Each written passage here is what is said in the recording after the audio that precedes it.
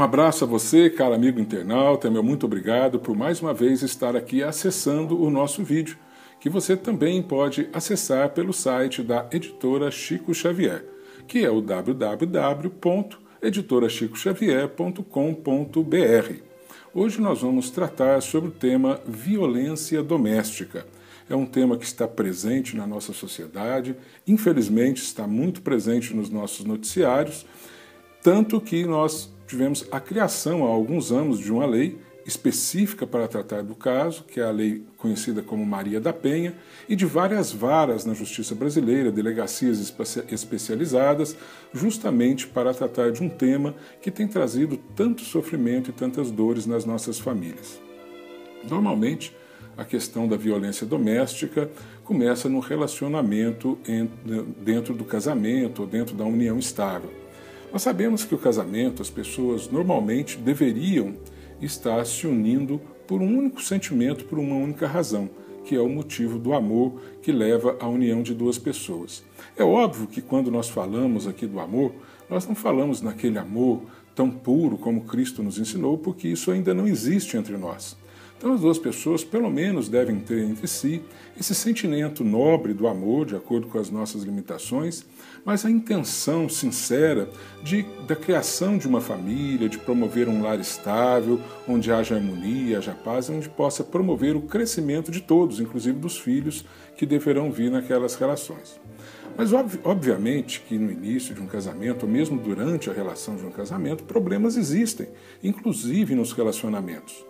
Porque quando um casal se une, normalmente vem de famílias diferentes. E em famílias diferentes, eles cultivaram costumes diferentes, as culturas de onde vêm são diferentes, por isso as coisas, como veem as coisas, como analisam, suas condutas, suas atitudes diante das situações da vida, podem ser diversas, e isso traz alguns conflitos, algumas questões, mas isso deve até ser importante para o aprendizado. Se houver tolerância, se houver amor, isso vai acabar promovendo o aprendizado dos dois até poder chegar a uma harmonia realmente nessa convivência do casal.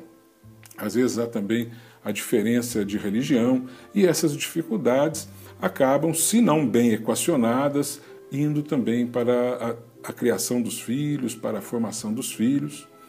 Mas desde que bem equacionadas, desde que essa união seja sedimentada nesse sentimento maior de criar uma família, algo que faça ambos crescer, certamente esses problemas do relacionamento eles vão sendo solucionados pouco a pouco. Aos poucos, um vai conhecendo melhor o outro. Quando um está mais nervoso, está com uma dificuldade psicológica qualquer, está com um problema no trabalho, uma questão assim, o outro se cala, aguarda que ele se acalme. Às vezes é a vez do outro. O outro está mais nervoso, com problemas, então o primeiro vai então se acalmar, tranquilizar e a vida vai continuando. Sabemos que há casamentos, no entanto, uniões estáveis por diversas outras razões, que não esse sentimento que os une. Muitas pessoas se unem aos outros por dinheiro, por poder, por manipulação das pessoas, enfim, por vários outros interesses. E quantas pessoas que a gente não vê falar assim, vou tentar casar, se não der certo, separa.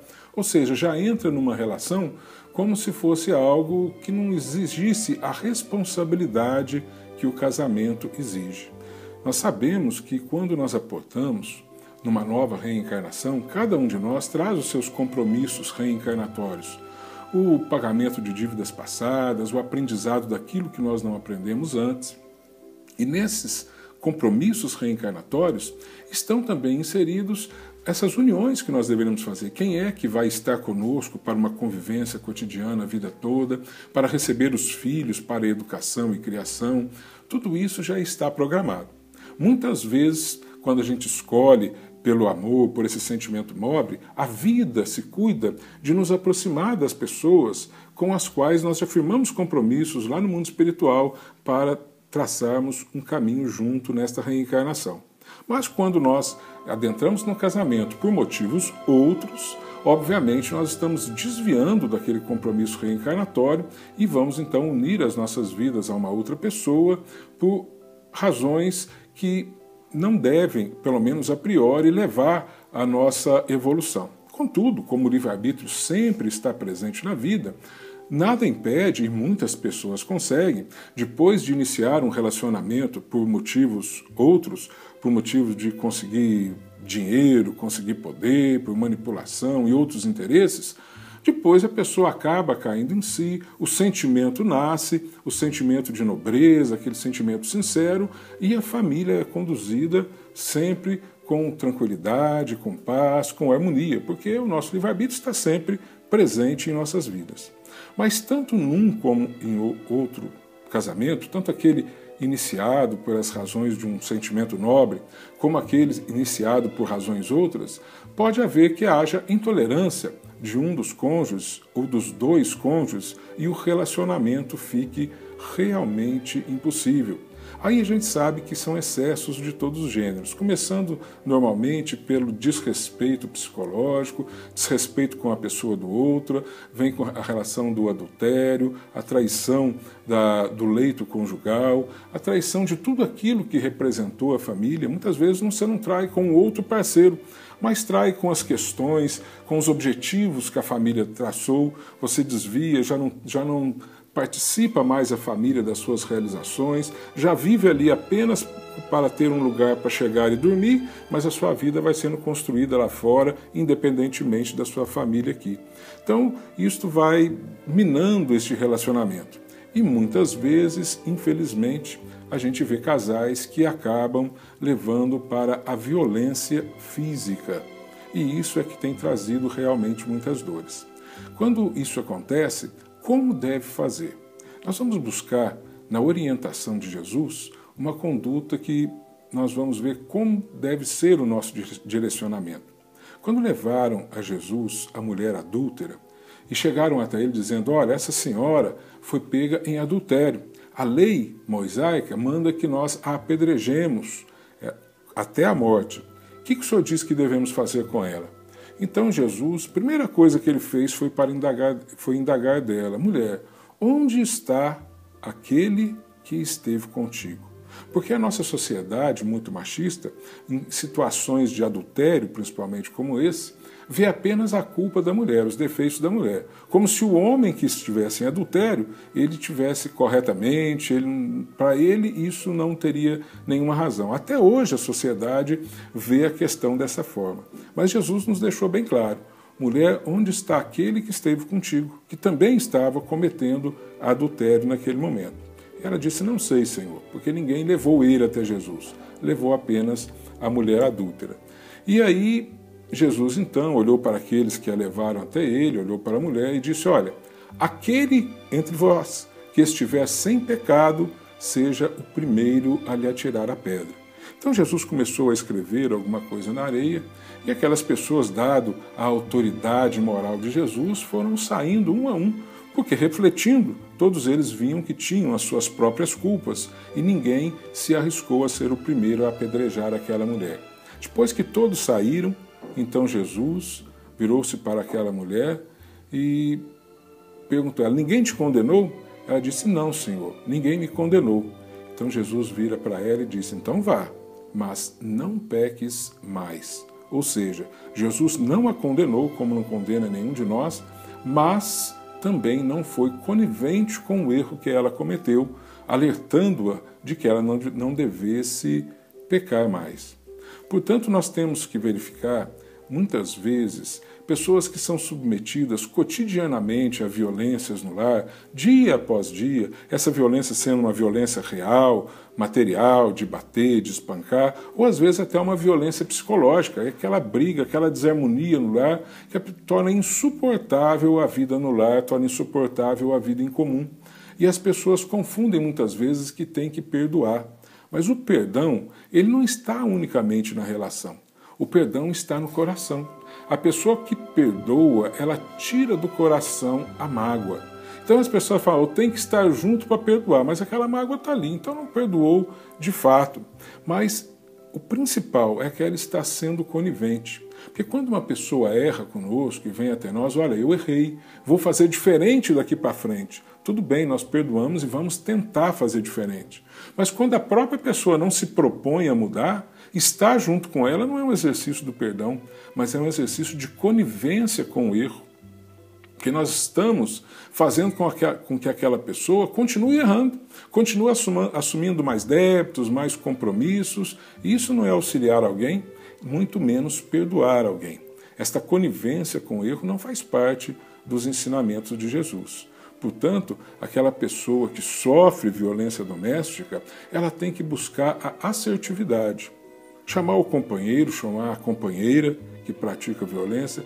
Você propõe uma mudança de comportamento? Vamos tentar acertar?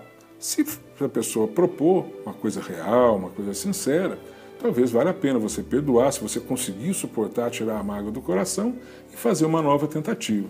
Agora, você deixar as coisas como estão, sem que a outra pessoa não assuma nenhum compromisso e nem tente mudar as coisas e continuar naquele mesmo ambiente doméstico, obviamente que você não está fazendo bem e muito menos estará agindo da forma como Jesus nos ensinou, porque não foi esse o perdão que ele nos ensinou. O perdão que ele nos ensinou é aquele que nós podemos sinceramente extirpar a mágoa de dentro do nosso coração. Muitas pessoas continuam vivendo, sendo vítima de violência a vida inteira e com aquela mágoa cada vez mais crescendo no coração. E às vezes lá na frente ela vai cometer uma violência muito maior porque não suporta mais. Outras pessoas que não têm uma conduta assertiva separam e conseguem perdoar o outro. Eu não posso conviver contigo, mas também não vou ficar guardando a mágoa. Você segue o seu caminho, eu sigo o meu. É esse o perdão que Jesus nos ensinou. Então nós não temos que estar eternizando essa condição de vítima, que nós estaremos fazendo bem para nós e temos que ver a pessoa dos filhos. Porque esse que está sendo vítima, ele também está sendo responsável pelo ambiente que ele está proporcionando para a criação e educação dos seus filhos. Imagina as crianças sendo educadas nesse ambiente. Qual a educação moral, qual o exemplo que esses pais estarão dando para essas crianças? O exemplo da violência, da irascibilidade, e outro, o exemplo da subserviência. E essa criança vai aprender desta forma e ela vai ser o quê? Vai seguir o exemplo de um ou de outro no futuro. Tanto um vai transformá-la numa pessoa também irascível, violenta, e no outro vai transformá-la numa pessoa que não consegue conviver em sociedade, porque sempre vai se transformar em vítima de todas as situações que a sociedade vai colocá-la. Então, mesmo esse que está como vítima, ele está também assumindo uma culpa por estar proporcionando aos seus filhos um ambiente equivocado como esse para a sua educação, para a sua condução. Em situações como essa, em que o relacionamento da família já encerrou, já não existe mais um relacionamento saudável, o caminho é o divórcio. Emmanuel, no livro Leis de Amor, ele responde uma pergunta no capítulo 4, número 6, que é a seguinte: qual a função essencial do lar e da família? E a resposta de Emmanuel é o seguinte: no caminho familiar, purificam-se impulsos e renovam-se decisões. Nele encontramos os estímulos do trabalho e as tentações que nos comprovam as qualidades adquiridas, as alegrias que nos alentam e as dores que nos corrigem. Esta dor de ser vítima a vida toda, de apanhar todo dia ou de suportar uma agressividade moral através de palavras de mau humor irascíveis todos os dias, não são dores que nos corrigem. As dificuldades do lar naturais são aquelas do relacionamento, que às vezes você não concorda com o outro, depois você senta-se, conversa, acerta os ponteiros e vamos de novo. Isso aí, uma discussão aqui e ali, em todos os lares vai haver, porque todos nós estamos aprimorando. O que não pode ter é essa violência de um para com o outro que se repete dia a dia, a cada dia, tornando-se o lar um lugar insuportável. Isso não forma um ambiente para que ninguém possa crescer, para que ninguém possa evoluir. Por isso, na questão 697 do Livro dos Espíritos, Kardec indaga o seguinte da espiritualidade, porque nós sabemos que a teologia tradicional prega a indissolubilidade do casamento. Casou, não pode mais separar, tem que ficar casado até o final dos tempos, até que a morte os separe, como se diz. Então ele indagou dos espíritos o seguinte: está na lei da natureza ou é somente na lei humana a indissolubilidade do casamento? E os espíritos foram peremptórios. É uma lei humana muito contrária à da natureza. Mas os homens podem modificar suas leis. Só as na natureza são imutáveis. E hoje os homens já modificaram, já possibilitaram. Porque quando Jesus está lá no Evangelho segundo o Espiritismo, no capítulo 22, diz: não separe o homem o que Deus juntou, ele quis dizer exatamente isso: não separe o homem o que Deus juntou. Agora, um casamento que está unido através de outros interesses que não sejam amor, um casamento que proporciona um lar onde há violência, desarmonia, isso não é uma união que foi juntada por Deus. Então, a desunião, a separação já está promovida dentro do lar. E então o divórcio, que é lei humana, ela vai apenas separar legalmente no documento para que cada um possa seguir a sua vida separada, porque a separação, de fato, já houve o rompimento do relacionamento mesmo que as duas pessoas estejam vivendo sob o mesmo teto e no mesmo lar. Ainda no livro A Lei de Amor, Emmanuel só faz a seguinte advertência, no capítulo 4: o divórcio será sempre quitação adiada, a maneira de reforma do débito contraído. Então, obviamente, aquelas pessoas que também se unem em casamento, se der certo, Deus, se não der, nós separamos, também não é assim. O divórcio ele tem que sedimentar algo que já existe no lar. Isso não podemos entender como uma falta de responsabilidade de o primeiro contragosto que tem no relacionamento: vamos separar, junta as malas e vou separar. Não é essa a questão. Mas quando de fato já houve uma ruptura no relacionamento, já não há a menor possibilidade de harmonia, realmente o melhor indicado é o divórcio. Que Jesus nos abençoe e ilumine os nossos corações. Muita paz.